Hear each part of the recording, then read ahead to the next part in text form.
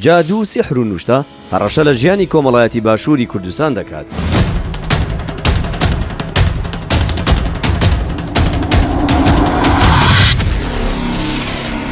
نوشتەی 6 ملیۆنی و گرنتی کوشتن بە جادو کۆدە ڕەشەکان چین. جادوگەرەکان بوونەتە ملیۆنێر بە پارەی ژنان.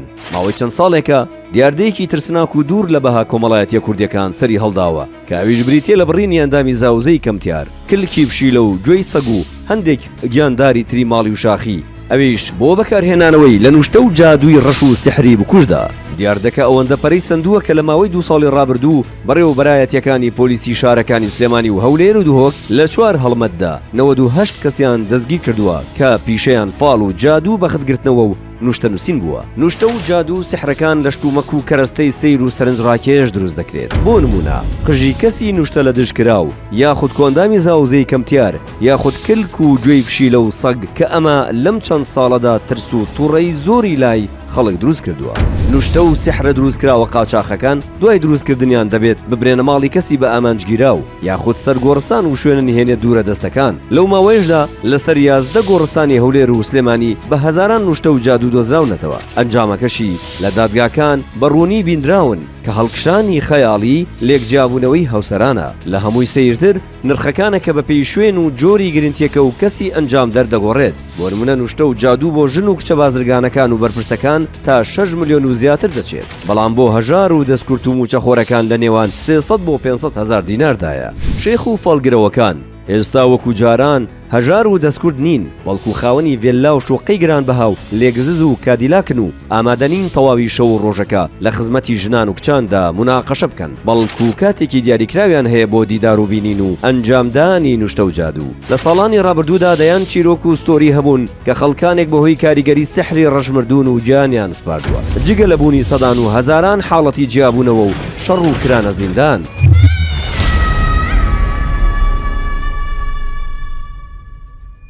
سحر و کۆدی ڕەش دوو قورسترین جۆری جادون کە لە دوو شوێنی سلێمانی و هەولێر لەلایەن چەند جادوگەرێکەوە ئەنجام دەدرێت و وەکو خۆیان دەڵێن گەرنتیەکەی سەدا واتە بە دڵنیایی کەسی بە ئامانجگیرا و یا ڕەش دەکرێت لە بەرچاوی هاوژینەکەی یا دڵی بەدەست دەهێنێت. هەرەوەندەی هاوژینەکەی کەمێک تووڕە یاخود لوتەلا بوو یان خەسوو براژنەکەی کەوتنە سەرنان بەیەکەوە ئەوە ئاماژەی کۆبوونەوە نهێنیەکەیە و بۆ دانانی پیلانێکی شەیتانیە. ئیتر ژنانی کوردستان دەکەون بە دوای گەڕان بە ناوی ئەو شێخ و فاڵچیانەی لانیکەم نیوەی پێشبینیەکانیان پێکابێتی یاخود دڵخوازی ئەو ژن و کچانن کە پێیان وتون ئایندەت باش ناڵێت.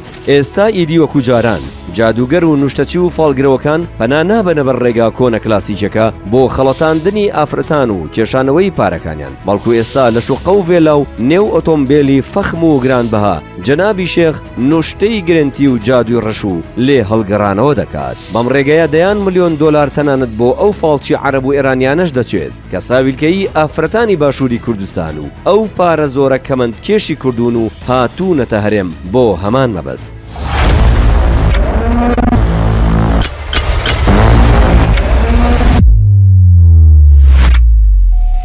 پۆلیس و دادگاکان سەدان و هەزاران چیرۆکی سەیر و مەترسیداریان تێدایە کە تەنانەت دادوەرەکانیش شۆک و حایر بوون و نازانن چۆن مامەڵە لەگەڵ ئەم حاڵەتە دەرونێدا بکەن و چۆن کۆنتڕۆڵی بکەن.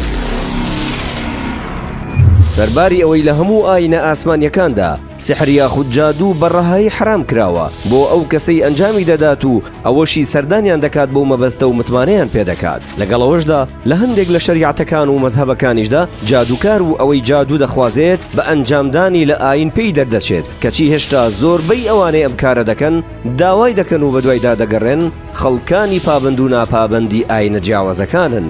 لێرەدا ڕۆڵ و کاریگەری شارەزایانی بواری ئاین و پەروەردە و مامۆسایانی ئاینی و پزیشکانی دەروون ناس و دام و دەستگا پەیوەندیدارەکان بەنادی دەناگیرێت کە دەکرێت کاریگەری گەورەیان لەسەر هۆشیارکردنەوەی تاک و تێگەیشتنی قوڵی سەردەمیانە بۆ ئەم دیاردەنا حەز و پڕ لە هەڕەشەیە هەبێت کە ڕووی لە باشووری کوردستان کردووە و دوور نییە شیرازەی خێزان و تاک و کۆمەڵگەش ڕیشە کێژ نەکات.